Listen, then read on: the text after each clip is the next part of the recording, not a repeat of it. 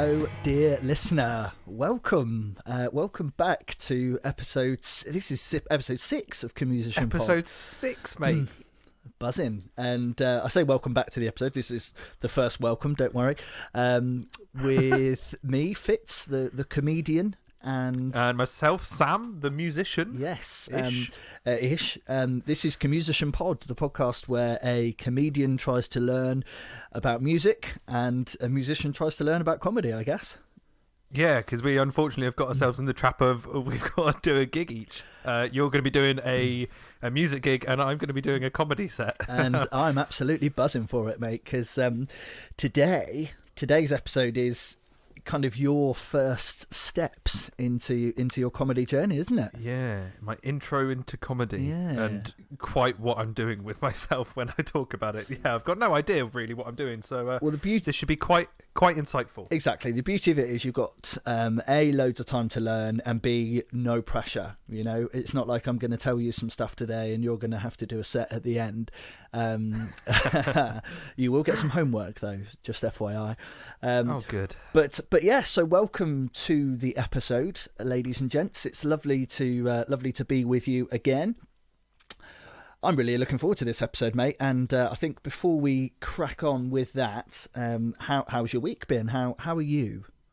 I'm doing good, man. Yeah, I was just telling you off mic.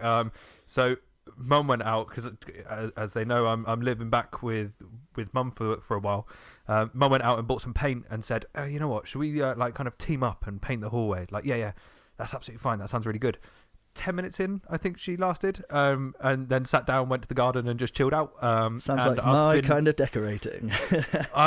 Yeah, Muggins' ear has been left to finish it, which, you know, I'm happy with because it gives me something to do, but at the same time I'm like, yeah, that was just a big con, wasn't it? Good. The whole team idea. Good work, Mama Sam. Gotta love that.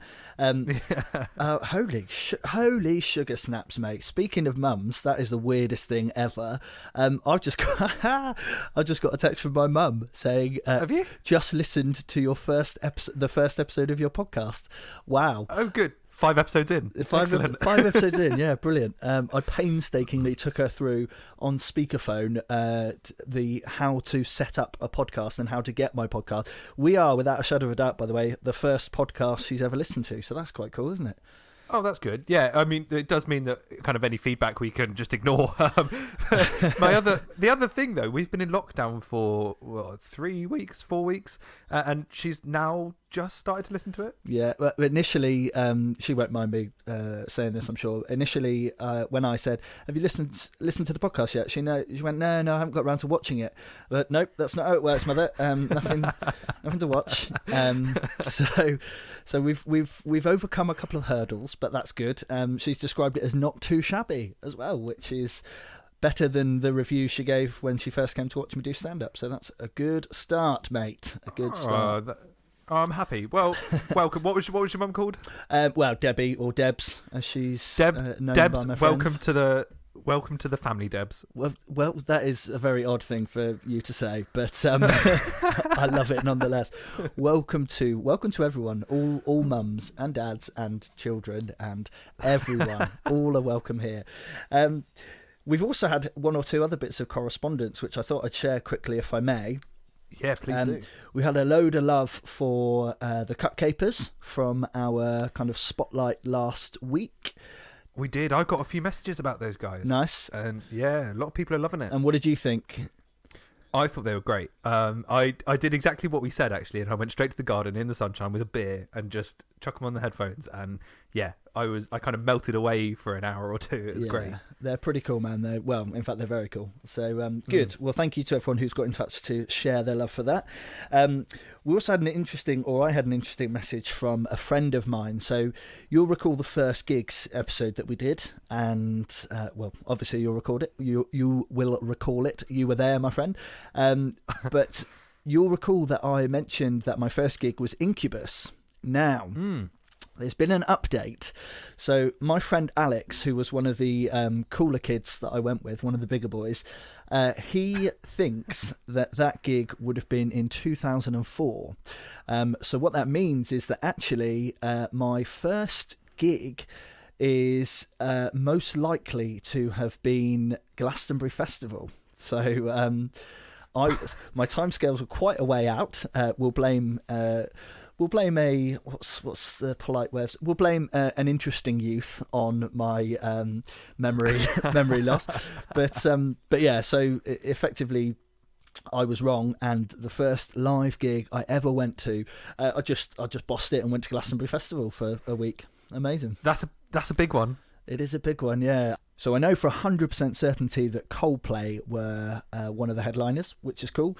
I'd have to trawl back through either the memory banks or probably more accurately the internet to work out the others. Yeah, I wouldn't go by the memory banks for. I think that's fair to say. So if the listeners are learning one thing about me, or many things about me, first is that I do not know much music, and second is my memory bank is not to be relied upon. But there we go. So thank you for letting me know that, Alex. I really appreciate that. And yeah, that was, I mean, if anyone can trump that as a first gig, then do let us know for sure. I don't think that's trumpable unless it was like the original Woodstock. You're kind of out, I think. Yeah. We still want to hear them though. Do get in touch for sure. Yes, do get in touch. How can they do that? Really seamless, mate. This is going well, isn't it? So there's multiple ways of reaching out to us. The first and probably the easiest is just to drop us an email. The email address is comusicianpod@gmail.com. And on the social medias, we are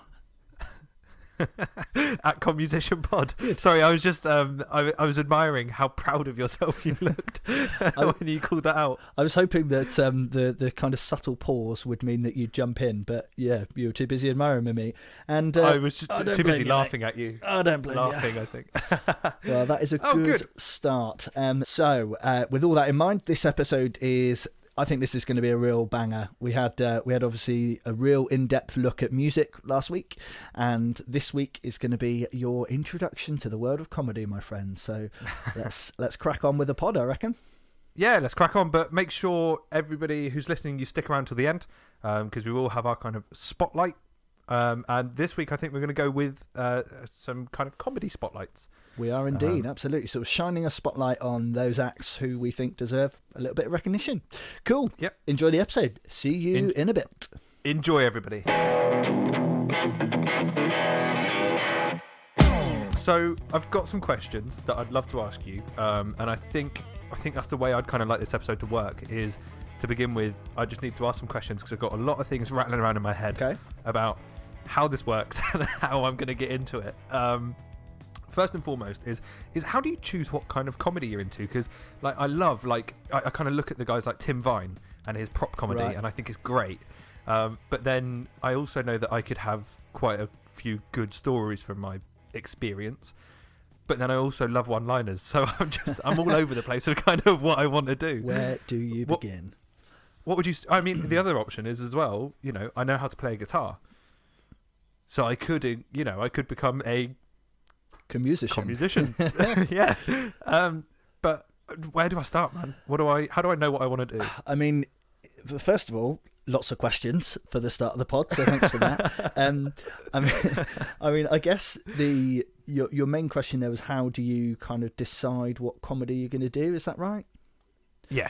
Yeah, that all of that. If you could bundle down into that one sentence, you're absolutely right. It's not very often that I make things much simpler, but there we go. I mean, I guess that's a really good question, to be honest, because it's not something that you'll necessarily kind of decide before you start gigging, if that makes sense. So, I mean, I guess I can only really answer that kind of from my own experience, as it were. So, you know, when I was growing up, my comedy was pretty much the stuff that I had access to, you know. So it wasn't a time of Netflix and stuff like that. I had Billy Connolly VHS kind of thing. And for our younger listeners, if you don't know what VHS is, it's basically a really rubbish DVD. And my mum had Billy Connolly, you know. So I had Billy Connolly, I had Richard Pryor. They were kind of early. I didn't know it at the time, I guess, but they were early influences of mine, and so I would watch those comedians who I've mentioned on the pod before, you know. And before that moment, I thought that comedians, or all my life really, I thought that comedians had this innate skill. You know, people that were on stage, they just had something. You couldn't get it. You either had it or you didn't. Does that make sense? It does. Yeah, it really does. And I mean, Billy Connolly, crikey, there's so many bits that stick out. But I remember once if you can find it, I think it might be quite tricky to find online, but he's got a bit where he's basically acting out, putting on and wearing incontinence pants is the only way I can describe it. And oh my God, like the way he visualizes it, or the way he acts it out is just ironically pant-wettingly funny. And it is so good. And it kind of made me realize that it's not just someone standing there necessarily taking jokes. There's all these telling jokes, I should say. There's all these different styles, which is something that we're going to come on to as we learn more about the art of comedy, I guess. But yeah, so those early influences were really important to me because, like I say, I didn't know much really about the world of stand-up comedy. I would watch it and it would make me laugh, and that was great. And then as I grew up and I kind of initially got into comedy, I've mentioned on the first gigs episode, but I went to gigs and basically kind of saw people that weren't particularly good, and that made me realise, oh, okay, cool. So you don't have to have this innate skill to go up on stage and try and make people laugh. Does that make sense? It does, yeah. And I think that's a really important thing. And I guess it is just trial and error, isn't it, comedy? Because like you learn a guitar or you learn a bass or you learn the drums, you can practice at home and then you can go out and you can kind of rock it on stage. Exactly. Whereas I guess in comedy, you write your joke and you might be able to tell them to your family, but they're only going to give you pity laughs. If they're my family. But no, you're bang on, and you know the notion of what type of comedian you are or want to be is actually a really interesting question, because you have, as a comic, you will have a persona. So if you think about, essentially there's three different types of persona. So you've got high status, low status, and audience's mate. Okay, so your persona is kind of linked to one of those traits. So picking a famous example, you know, Michael McIntyre, I would say, as well as being a fantastic observational comic, which again we'll come on to, you know, I would say he's kind of very audience's mate. You know, he's there to have a good chat with them, tell nice stories, and ultimately kind of make them laugh. Whereas if you look at someone like Jack D, like if I said to you, Jack D, what would be your kind of what would be the first thing you think of? Miserable and grumpy. There you go, exactly. So miserable and grumpy, low status, the world's out to get him, and therefore everything he says is influenced by his attitude to that. Does that make sense? It does make sense, yeah, and I think that's really, really quite important. Yeah, you just like in a band, you know, with Dirty Blueprint, when we started out, we had an element of blues and a very small element of rock, but we kind of toyed around with different genres. It wasn't until Lewis jumped on board and we were just like, yeah, we've found it now. Like we're a heavy blues rock band. And that's just what vibed with us. And I guess it's the same sort of thing. It is, yeah. And, you know, influences can change as you grow older. So, you know, for example, I mean, I actually discovered a clip of me when I was learning stand-up, and it is single-handedly the worst, most cringy thing I've ever seen in my life, and I never want to see it again. If it was a VHS, I would burn it, but it's not. That's fine, but can we put it on our socials? No, definitely not. And there's so many reasons why, and the main one is just that, you know, when you're the comic I was then, you know, we're talking 8-9 years ago, A, I was new and I was finding my voice, but B, your life view changes, kind of thing. So, you know, the influence side of things is really important, because ultimately your attitude to a subject is what makes it funny. So if you think, for example, about a bit, if you can think of, not to put you on the spot, but can you think of kind of a stand-up clip, a bit that you really like, a routine? I can, and I will, but the first thing I want to say is, listeners, if you are listening, please post on our socials at comusicianpod. Fitz, we want to see it. Oh, mate. and then we'll force him to upload it. I reckon if we can get 200 people to put it on the socials, then you have to upload it. Anyway, moving on. I mean this from the bottom of my heart. I honestly think if there were 200,000 people, I still wouldn't show it. It is that. It's embarrassing, you know. It's well, we've had our bottom line number, everybody. Come on, share it. Yeah. In terms of a kind of routine, I think the one that I always think of it's a McIntyre bit, but it's the bit with where he's talking about giving cowpole to his kids. Okay, yeah. That's one that kind of if I need a pick me up, or if anybody hasn't really seen much of McIntyre, that's normally the bit that I'll go and find. So yeah, for anyone who's not familiar with that bit, obviously clearly I'm not going to do it justice here, but essentially it's very relatable. So I've got a little girl, and when she first kind of got a sniffle and was crying and there was nothing you could do to help, as McIntyre puts it, it's like, oh, Mummy and Daddy are so sorry. We don't want to put a foreign substance in you. We're so sorry. We just want to make you better. Want to make you better. Which is exactly right. And then it gets to a point where all of a sudden cowpole is like this miracle, and you're firing syringes into their open mouths, and it's absolutely brilliant. And what's funny about that, and when you look at it, what's funny about most bits, for want of a better phrase, is not so much what's happening or what's being said, but it's more the comedian's attitude to it. So your first lesson, I guess, excuse me, your first lesson is to think about a subject, but then to think about what it is about that subject that you want to talk about. So, for example, you going shopping and having to wait in a queue isn't of itself funny, but if you have to go shopping and it makes you irrationally angry to the point that you are imagining, I don't know, all sorts of murderous scenes in this supermarket quietly in your head, and then that kind of thing, it's your anger towards the situation that makes it funny. Does that make sense? Yeah, so you kind of have to you can't just find a situation and talk about it. You need to put your emotion into it to then get the humour out of it. Your emotion is exactly it, yeah. So your kind of attitude to the subject, your emotion is really important. And, to go back to your original question, which seems like a long time ago, but, how do you find what type of comedy you like, or what type of comedian you're going to be? A lot of it is trial and error, definitely. The persona element is so important, because that's what affects your attitude. So if you're a happy-go-lucky, upbeat, kind of cheeky chappy, for want of a better phrase, then you're not going to be able to look at a situation the same way as someone like Jack D would. Nice. Yeah, that makes sense. That's okay. I'm going to go away and think, and just kind of maybe even like find a routine and practice it in different styles. That's a nice. I think will be a good. That's a nice exercise, yeah. And I mean, we'll come on to a little bit later a couple of kind of things that you can do to start your writing process, because I guess, I mean, you're ahead of the game in that respect, because I've got a guitar and I found it, haven't worked out how to tune it yet, so I'm a long way away from my gig.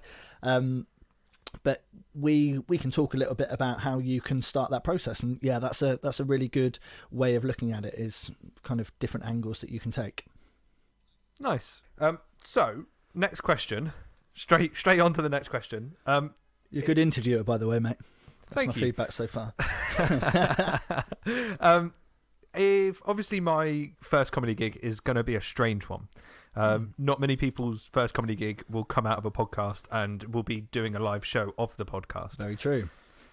So if that wasn't to happen, where would I go to find my first comedy gig? Because if I get the bug and I want to do another one, I'm going to need somewhere to go. Yeah, you're quite right. And I guess in many ways it depends where you are in the country. So, I can come on to how we will help you in a moment. But I guess from a broader sense, the internet is much more prevalent than it was when I started, So, for example, Facebook, there are basically Southwest comedy forums, there are East Midlands comedy forums, London comedy. There are groups that you can basically post on, and you can share a link of yourself, or a clip of yourself rather, to kind of get yourself noticed, as it were. But certainly when I started out, things were a little bit different. And when I did my first gig, as you said, got that buzz straight away. You get a laugh and you're like, oh my God, that needs to happen again. When can I do it again? When can I do it again? And you effectively start life as a comedian. Everyone you've ever seen, and this is from McIntyre all the way down to someone who you might have seen at an open mic night or whatever, they will all have done, or the successful people will all have done hundreds, if not thousands of gigs. And when you start out, you're unpaid. You're basically what they call an open spot. Yeah. Right. Okay. Excuse me. So an open spot, if you imagine, to use a terrible football analogy, which I apologise for in advance, but if you imagine you're like a non-league club, then your aim, if you like, is to try and progress up the ranks, up the leagues. And it's exactly the same with comedy, in that when you start out, it's all about that stage time. So it is not uncommon, honestly, to drive huge distances for a gig just to get a few minutes kind of stage time. And there are tales. I'll share one. In fact, I'll share it now. So the worst example in that respect of my travel time per gig minute ratio is me and two comics, a guy called Joe Robinson who doesn't do it anymore but was great, and Josh Sadler, who moved away, was one of the best kind of most natural comics I've ever seen. And we drove from Bath to Eastbourne, which is the other side of Brighton. Yeah, man. long drive. And that was a 4-hour journey there. We did a competition. We got there and there were about 8 people in the audience. Oh no. Yeah, not worth the drive already. We had 6 minutes on stage, and then we had, due to diversions, we had a 6-hour drive back. So we drove 10 hours for a collective 18 minutes on stage. Oh mate. Yeah. Did any of you win? No, that would have made it that would have made it bearable for one of us, but no. Oh, that's even worse. Yeah, man, it wasn't great. The one solace from it, I'm trying desperately to remember, but I think the comic's name, I saw one of the best opening jokes that I've ever seen, and I'll share it here. We've got the E now, haven't we? We're explicit now. So we've got the E. So this guy walked on stage. I think he was called Ian Miller, and if I'm incorrect there, then apologies, but I know it was Ian. And he walked on stage. He wasn't the best looking guy, and he played on that, and he just walked on and went, "Hello, my name's Ian. As you can tell from my face, I think we should legalise prostitution." And and it was, as a newer act, I was there like desperately trying to remember my material, thinking, God, I really want to do well in this competition. That means absolutely F all. But at the time, it was the most important thing. He went on and I was like, oh my God, that's it. He's brilliant. Fortunately, or not fortunately for him, but, you know, he didn't have the rest necessarily of the set to back it up. But yeah, it was an incredible opener and really made me see the power of having a strong opening gag. Having that first joke. Yeah. That's a good tip in itself, is kind of saying that, you know, starting right, because you get the audience on your side, I guess. Very much like a music gig. You know, sometimes we've played certain gigs like in certain places which would normally have a covers band, and we'll open with like, you know, our version of kind of one of the Beatles songs. And, you know, obviously very, very heavy rock, but it just gets the audience on your side because they know it, they sing along, and then you can go into your original stuff. It does. Yeah. And it's, I mean, that opens up a whole other conversation about material, which we'll come on to. And obviously a comedian wouldn't, in days gone by, it would have been common for comedians to use other people's jokes, whereas now that is absolutely frowned upon, quite rightly, because, you know, I'm friends with some great comics whose jokes have been stolen and they haven't been credited, and it's horrible, you know, because when you write a joke, sometimes it will come to you fully formed, but that's quite rare. Normally you'll get like a kernel of an idea and you will slave over it. And it's, you know, jokes with Mark, which is one of the podcasts we listen to. Mark Simmons is one of the best one-liners in the country for my money, and he will tweak it so much, and you know that a lot of work has gone into it for what is essentially a 10-second segment of his set. But for then someone else to steal that is really frowned upon, quite rightly. And yeah, it's an interesting alien. quandary. It seems alien to me, that though, because the first comedy gig I ever went to was at the Corn Exchange in Exeter, and I watched this guy, and he started doing a bit, and I was just like, I know that from somewhere, and I kind of recalled it, and it was Lee Evans's scatter cushions bit. Right, yeah. And he was doing that, and he literally, pretty much, I would say, did it word for word. Now, never been to a comedy gig myself back then. I saw it as a nod, because as we play in a band, you know, you'll play another band or another person's song, and it's seen as like a nod to them, and like a, you know, this is an absolute corker. Everybody should hear it. I'm gonna do a rendition of it. Why is it different? I can see exactly what you mean. I guess the reason it's different really is because of the fact that, so with music, for example, you mentioned there you'll do your version of a Beatles song, for example. Yeah. Now, obviously, the Beatles songs are more of a, I guess they're more of a kind of popularised thing in that hundreds of thousands of people, millions of people will know that song. So perhaps, and I'm speculating here, perhaps that gives you kind of a bit more flexibility to play with. Whereas when a comedian has kind of made that joke, you know, ultimately, let's say Dirty Blueprint did a cover of I Wanna Hold Your Hand, for example, by the Beatles. Probably not that song, but Don't know anyway, why that's that. I don't know if you could hear me clutching at my brain for, oh shit, what Beatles songs are there? But yeah, so let's say you did a cover of I Wanna Hold Your Hand, although actually in this current corona climate, that's a terrible choice. I want to stay 2 meters apart. But yeah, so let's say you did a cover of that, you know, they would instantly recognise it as a Beatles song, and it would be, ultimately, they would remember your performance, but it's a Beatles song. Whereas if someone who doesn't know a bit, let's use, you know, Mark Simmons as a great example. He's done so many jokes, and one or two of them have certainly been plagiarised. And so the person who is seeing that joke or hearing that joke, it's not being given credit to the right person, you know? Yeah. So if it's being credited, then it's fair enough. But if someone's done that work, you know, like I say, with the Beatles song, whoever hears you is going to probably think that it's very unlikely they'll go, oh, bloody hell, I'll tell you what, those Dirty Blueprint guys have got a banging tune there. I really want to hold their hand now. It's not like that. They'll know kind of that it should be credited to the Beatles. You see what I mean? Yeah, I do. And actually, that's a really good point, because we did one gig once, and we do a Black Keys song. So we, you know, if we need a 2-hour set or whatever, we're not going to do 2 hours of our own music. First of all, we don't have that yet. And second of all, I think it's just nice to kind of break things up with a song that people would know. And we have a Black Keys song, and a guy came up to us kind of halfway through the set, and he was just like, guys, I absolutely love that song. Like, where can we find it? And that it kind of opened our eyes to be like, actually, we need to announce when we're doing a cover. Yeah. And shout out saying, hey, look, this is a Black Keys song. Hope you enjoy it. And then go into it. That's a really good point. And there is, in the music industry, I suppose, it just kind of made me think about it.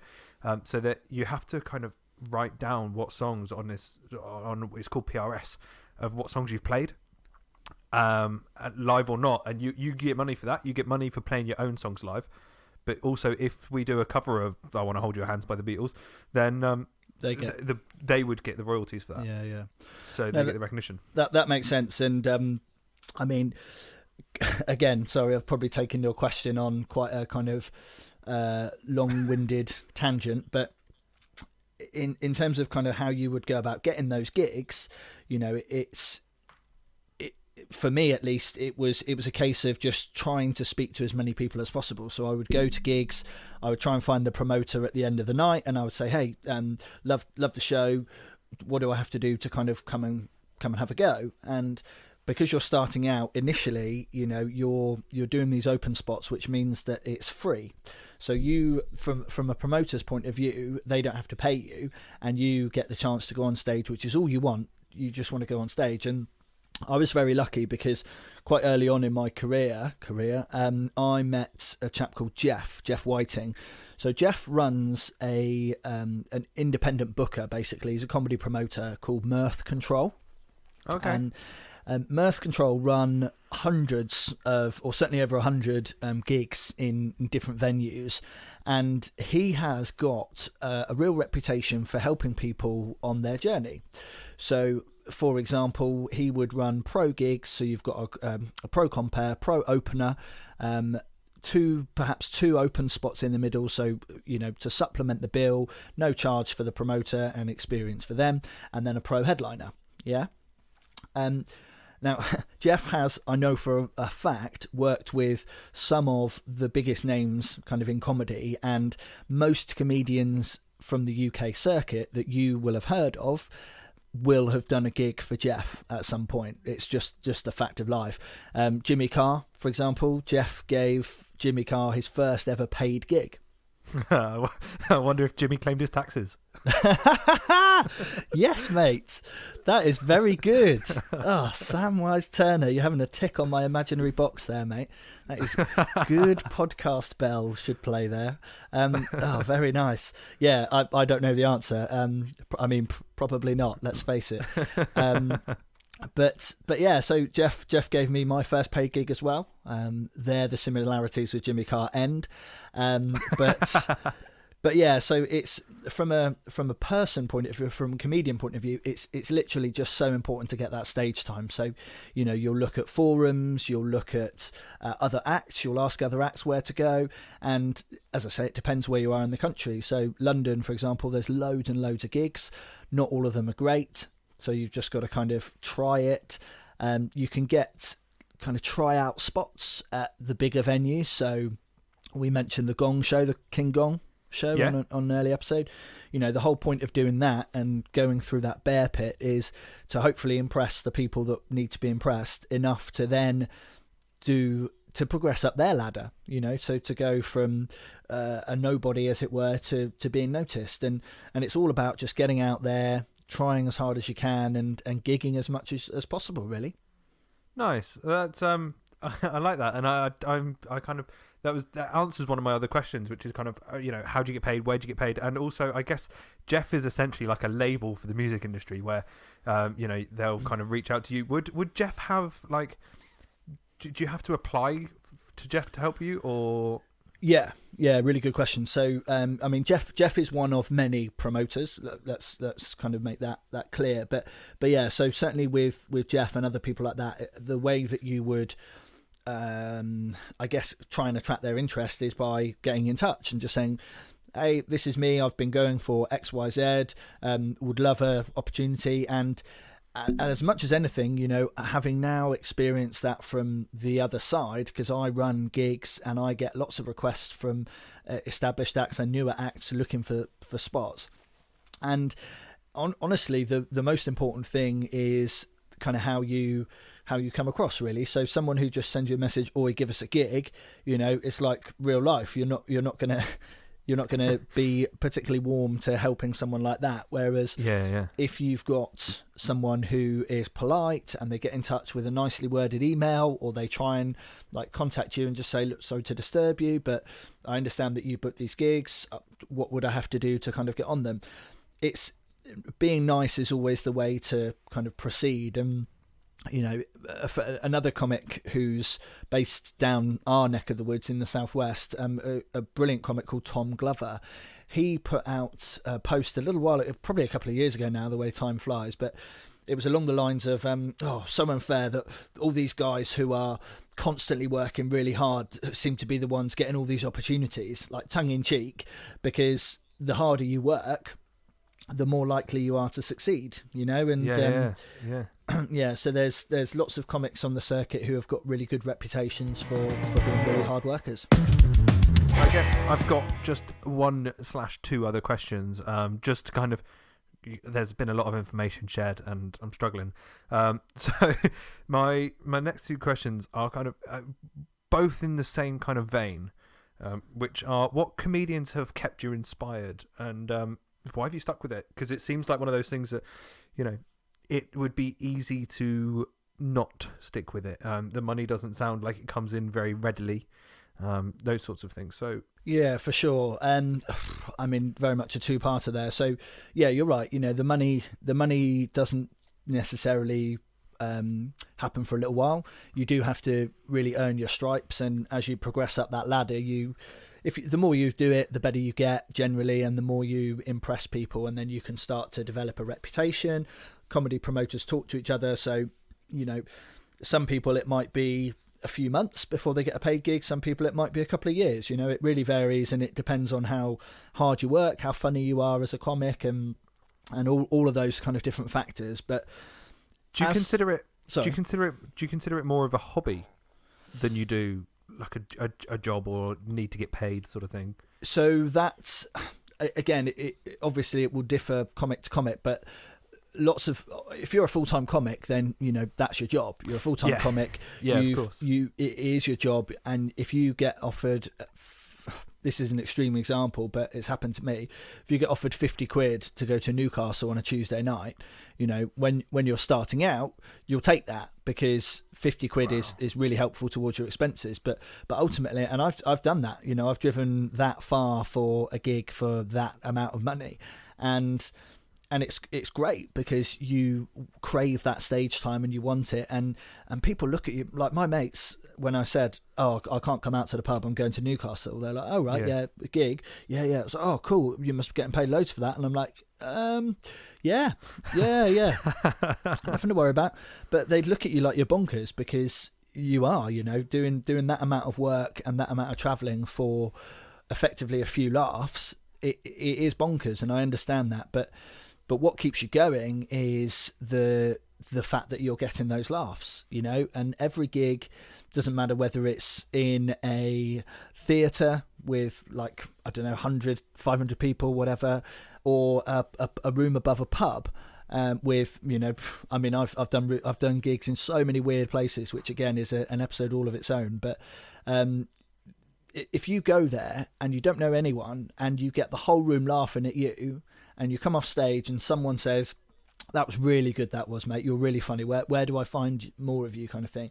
The buzz from that is unreal. It's I know. Again, I've mentioned football about 80 times, but when you score a goal or when your team score a goal, you get a real buzz from it, and it's the same way with laughter, but because you've kind of worked hard to get those laughs, it's almost even better. Yeah, no, you're right, and I guess it was a bit kind of not shallow, but a bit misaligned, that question, because the band, we went to Dublin last year, and we got paid, I think it was €200, which it's not even half the cost of the ferry over there. And they, but we had just the most amazing time. We ended up staying there the weekend and spent an awful lot of money. And it is just for music, it's it is more of a hobby for me, and any money that we make goes back into the band.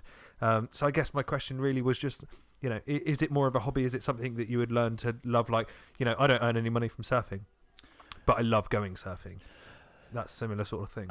Yeah, my situation has changed somewhat. So when I started, it was a hobby, then it quickly became a passion, and then it became a way of earning money. And I was full-time for probably about a year, but when I was full-time, I was living with my mates, I was single, I had the opportunity to go and work in my local if I needed to, so I didn't have any ties, I didn't have any worries, so I could quite happily travel to, Birmingham or London or whatever and gig for not free, but not a huge amount of money, because if I needed to supplement my income, I could do it. Yeah. Whereas the position I'm in now, as I've got a job that is a full-time thing. I've got gigs that I run, and I've got a family. I've got a little girl who is growing, and turns out they cost quite a lot of money. Must have missed that memo. But so I couldn't now do it full-time, unfortunately. The dream very much would be to spend time with her in the day, podcast in the day, and then go and do gigs in the evening. That's absolutely what I'd love to do. But it's, like I say, it's changed. So it's I wouldn't say it's a hobby, because I do run my events, and that is a business of itself, or will be a business of itself when this whole thing settles down. But yeah, for me, I'm in a bit of a different position because I don't get the opportunity to gig as much as I would like, which is a shame because I've made so many great friends along the way who are in a position to gig more frequently, and it's amazing to see the progress that they've made, and I know for a fact that I would be a much better comic if I had the chance to do that, but that's life, and it's all good. It certainly is. Honestly, it's all good. Everything's fine. So what comedians have kept you going then? Because when it becomes an irregular passion, it can be quite hard to maintain that. It's similar to the band. Over those winter months, it's really hard to kind of stay motivated. When it's summer and we've got festivals, 2-3 times in a week. Yeah, it's the best feeling ever. But when it hits winter, it just is. You kind of think, oh, why have I got all this gear? It's just taking up so much space and rah rah rah rah. So, what comedians kind of keep you going when you haven't got a gig?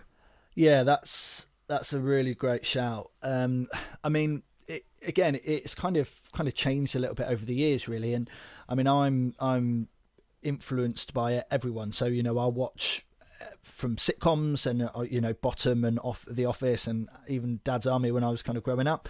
All of them I've looked at and just kind of seen about how they get laughs, and it's a really interesting one because I guess the comedians that have kept me going are probably mainly the ones that no one will have heard, or with all due respect, you probably won't have heard of because they're circuit comics.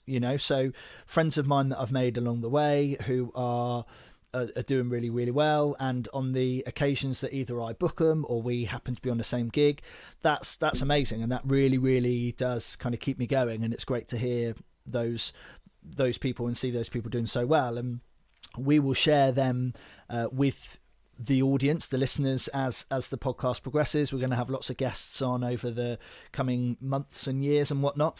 But from a more famous point of view, so one of the things that I do now that I never really used to was I listen to quite a lot of podcasts. So, for example, there's one called the Comedian's Comedian podcast, which is hosted by a chap called Stuart Goldsmith, who, fingers crossed, we will be able to have a chat to at some point. But he's just doing astronomically well, and the Comedian's Comedian podcast is literally that, where the comedians will go on, be interviewed by him, who's a great comic, and you find out about their craft and about how they got into it and about how they write jokes and all of this stuff.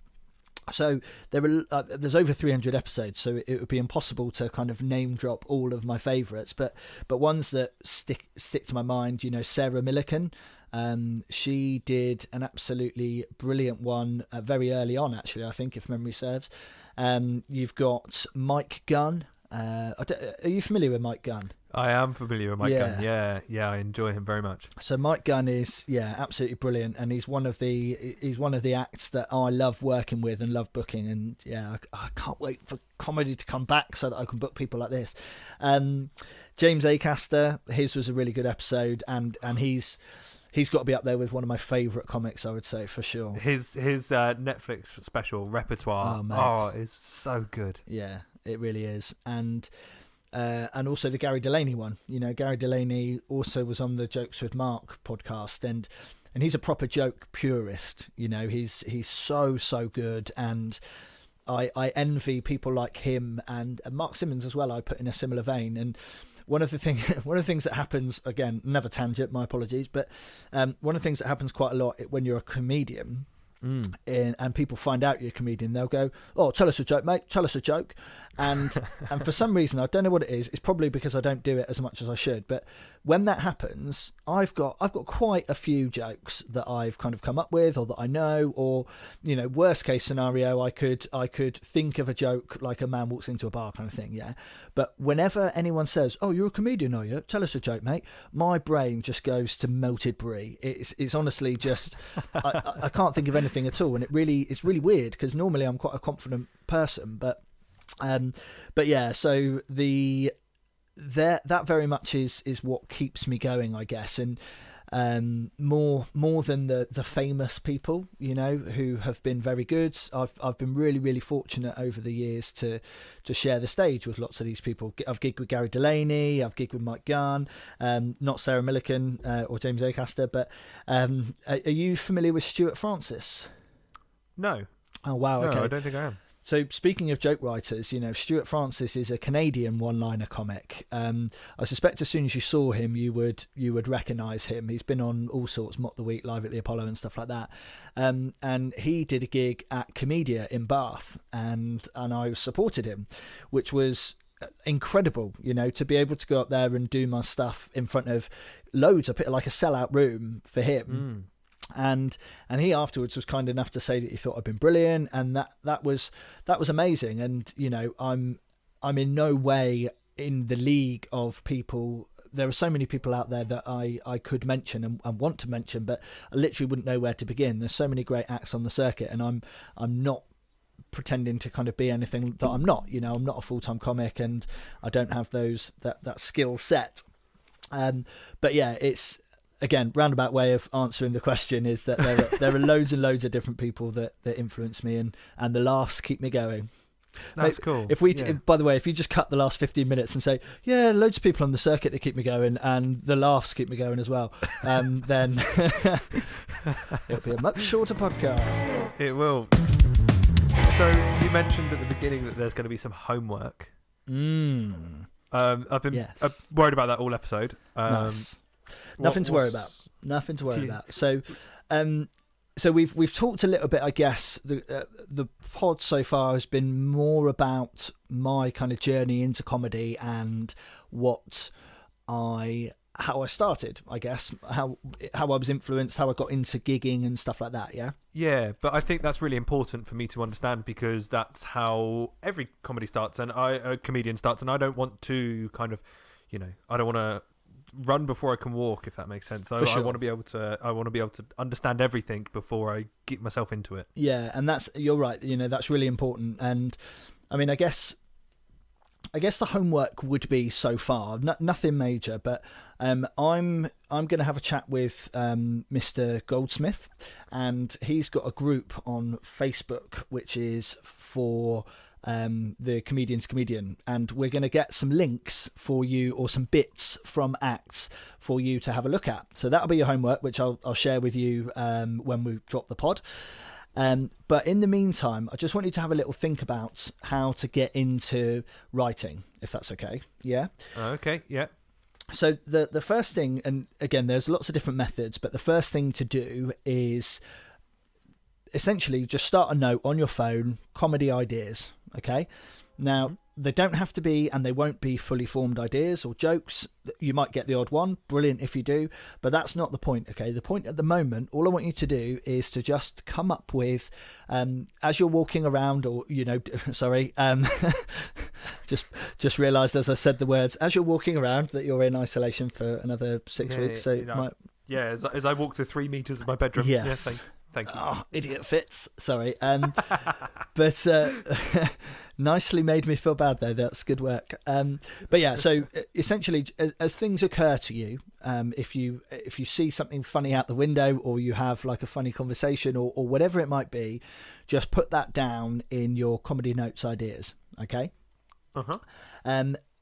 Then you're going to do a bit of a writing exercise, okay? Now, there is a method. This is called something, but I can't remember what it is. But it might be Pomerado. I don't know. I can't remember. I should have Googled it. But essentially, you're going to take a subject. So let's say, for example, you go, the subject you're talking about is washing your car, yeah? For argument's sake, that's your subject. What I want you to do from is... my bedroom. From your... You're watching someone wash a car. But also, we haven't even shared with the listeners your news about your guitar, which we'll come on to. But yeah, so let's say, for example, that you've picked a subject, and that subject might be you spilt tea on a book. Yeah, argument's sake. Sure. What you've then got to do is literally just put the heading at the top of the paper, spill tea on book, and then, or computer, whatever, and then you just write about it. write for 10, 15, 20 minutes, every single thing you can think of about that subject. And crucially, of course, about how you feel about it. Yeah. So you spilling tea on your brand new 16-inch MacBook Pro, that you're not going to write a lovely piece about how great you feel after it happening. You're going to be pissed very off. True. Yeah. Yeah. Right. Yeah. So just write as much as you can, get all of the things you can out of your brain, pop them down onto paper, and then stop. Like, just stop, go and play guitar, go and grab a cup of tea, whatever. Just don't think about it for a little bit. Maybe even an hour, 2 hours, maybe even the day after. Come back and just look at what you've written. Yeah. And then find little bits, get a highlighter, think, oh, there's something there. There's something there. And that's your homework. That's it. So shall I choose a subject, do that, and then the next kind of comedy lesson pod that we do, I'll come on the pod, we will see if there's anything in what I wrote. That sounds like a very good idea, and you're bearing your soul. I love it. Yeah, well, I feel like, you know, if not only if you can give me feedback, but if our listeners can give me feedback, you guys at home, if you can just shout in and go, you absolute idiot, no, you should have written this down. Yeah, why not? Then, you know, everybody can get involved in showing Sam up. That would be great. I think that's a great shout, and I'm sure that no one will want to show you up. There will be constructive feedback only. But yeah, so nothing to be worried about, mate. You know, again, I guess one of the other lessons that is important to learn is when you're writing comedy and you're writing funny stuff, it's supposed to be playful, you know, it's supposed to be fun. So if you get yourself at a point where you're staring at a blank bit of paper and your brain's not doing anything, just don't do it. You know, don't get, unless you're trying to get angry or irrational for the bit, then obviously write angrily and irrationally. But honestly, just enjoy it. And yeah, I'm really looking forward to seeing how you get on. And also, don't forget, you don't have anything to worry about, you know. If you write absolute shit, that's great. You know, that's what it's all about, just writing. Jimmy Carr throws away 70% of his jokes. So wow. And that's Jimmy Carr. So don't worry. And his receipts. Oh, poor Jimmy Carr. If Jimmy Carr's listening to this, which maybe he is, but if he is, then you're going to get your ass handed to you, mate.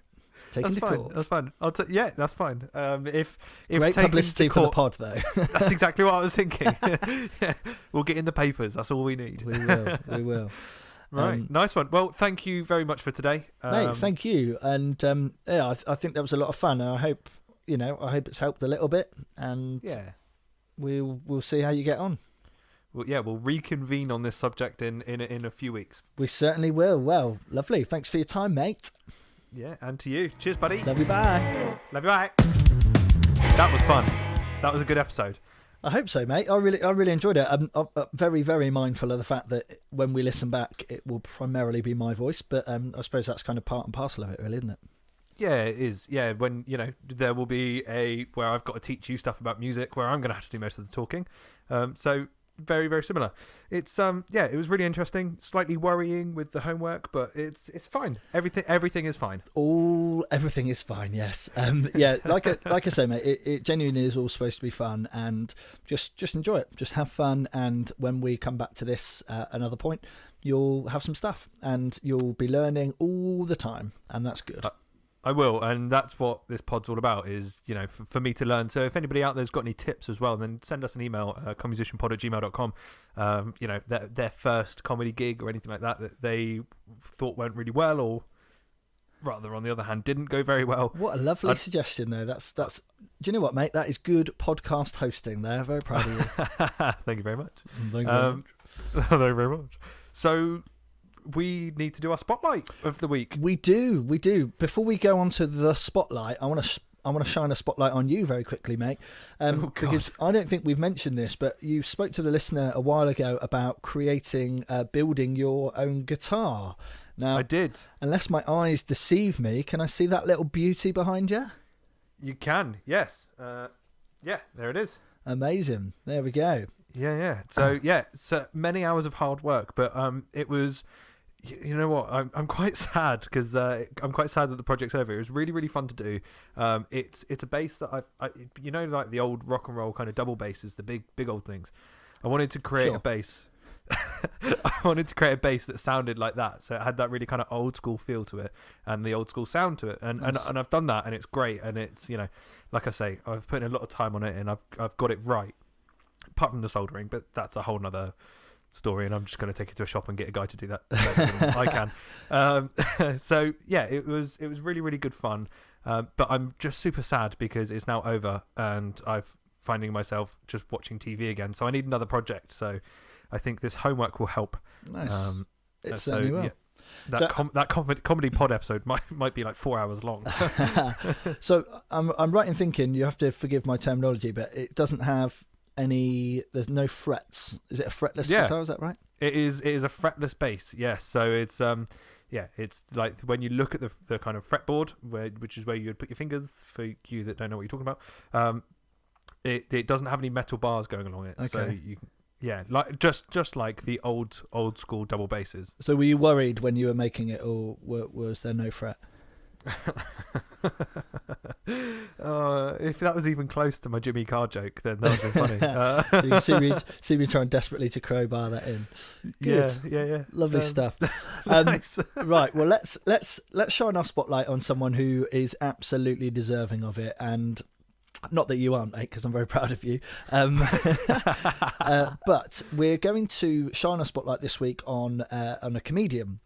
Now, we are. This is an act and a person that we've mentioned before, but they're really going from strength to strength, and I think we just want to give them a little bit of love. So you might recall from a previous episode, we spoke about, I think it was episode 3, when we were talking about coping with Corona. And, yes, it was. I let you know that one of the things that Scott Bennett, who's based up in the Midlands, one of the things that Scott's doing is stand up from the shed, and basically he's performing like hour-long shows every week on a Thursday night after the NHS kind of clapping starts at 8:15, and it's absolutely brilliant, and he's doing so well. And so I just wanted to encourage people really to go and check out his stuff. If you search for Scott Bennett comedian on Google or Facebook, you'll find him. He's Scott B Comedy UK on the socials. But he's just brilliant, and I'm really, really hoping that we'll be able to kind of get him on the pod at some point, because as well as being a really kind of funny, personable guy, he's renowned in the comedy industry really for being deserving of his success.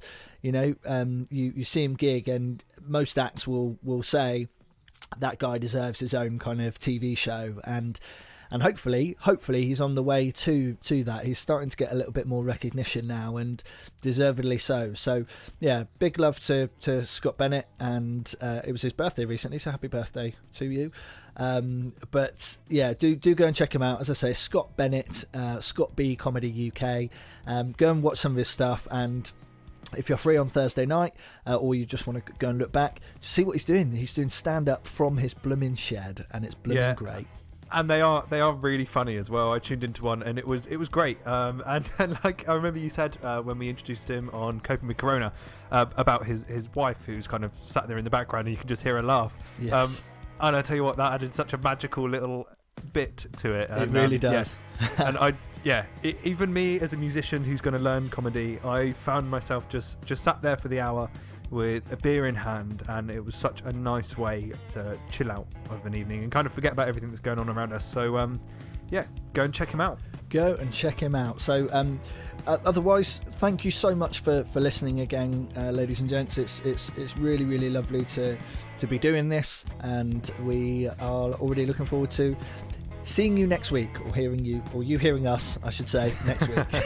We certainly are. Nice one. Have a lovely week, everybody. We'll Lots of love, and see you soon. Bye-bye. Bye-bye.